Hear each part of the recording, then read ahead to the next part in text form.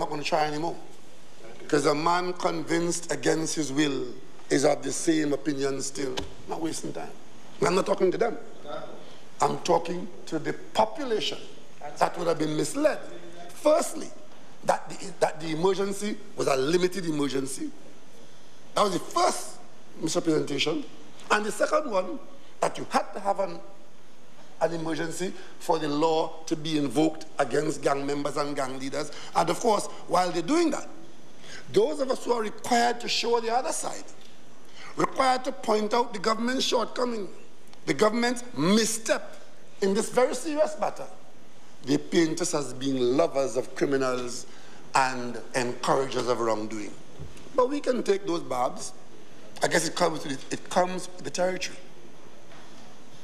It comes with the territory. In the adversarial politics of our democratic society, there are those who are going to be for and those who are against. There are some people in this country for whom reason is not a part of the operation. I am supporting this side. Doesn't matter what they do. There are people in this country who would support the PNM no matter what. And there are those who will support the UNC no matter what. And there are people in the middle who have the potential to say, let me hear this argument and see if it makes sense. We are convinced that the arguments that we have put forward, that we are putting forward to show that this parliament had taken steps to give this government the wherewithal for the police to act without a state of emergency, that those arrangements were foregone as an option chosen by the government. I thank the Prime Minister for telling us in her own words in this House that the Cabinet had in front of it a series of options and it chose the option of a state of emergency. That's what it is. It's not maths.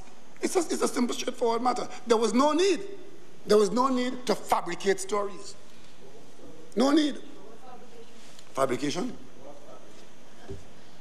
Who generated the story that the reason for the state of emergency was a crisis that would have been a bloodbath on the streets, that would have made 1990 look like a tea party? I am saying that because at the end of the